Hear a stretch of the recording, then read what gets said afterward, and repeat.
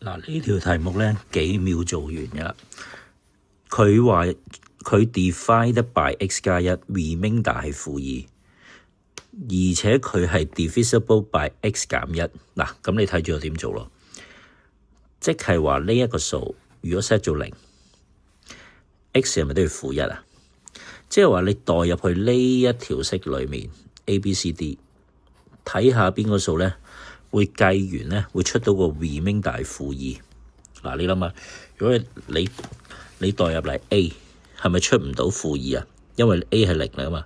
代入 B 佢係咪出到負2啊？係咯，咁即係 B 有機會係個答案啦。跟住代落 C 都唔得喎，代落個 D 都唔得喎，咁所以 B 就係答案啦。咁你唔信咧，你可以 check 埋啊。譬如我代 X 咧做1，咁你除得盡，即係佢個 remainder 係0啊嘛。咁你代 X 係1，睇下呢個數1減1係咪0啊？係喎。嗱，咁即係話其實咧，你係做緊咩？你係做緊 P 負1係等於咩啊？係等於嗰個負2及 P 正1係等於0。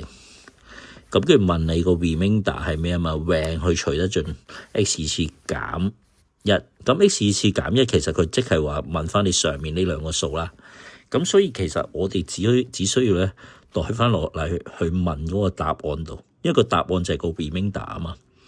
咁你話啊點解話好咁神奇嘅？喂，咁其實嗱佢係息息相關嘅，因為你呢個 x 同呢個 x 一樣啊嘛，但係你呢個 x 係 remainder 嚟噶嘛。咁你只不過將個 x 代翻入個 remainder 度睇下係咪負2啫嘛。咁呢個就係最快嘅方法咯。即係你就唔使 set 嗰啲咩一式啊、二式啊、咩 ax 加 b 啊，呢啲就完全其實就唔使啦。嗱，咁我仲有一個慢嘅方法俾你睇啦。即係慢嘅方法咧，即係話你其實你要 let ax 加 b 係個 remainder 啊嘛。OK， 咁跟住你就話哦，原來我代嗰個數落去。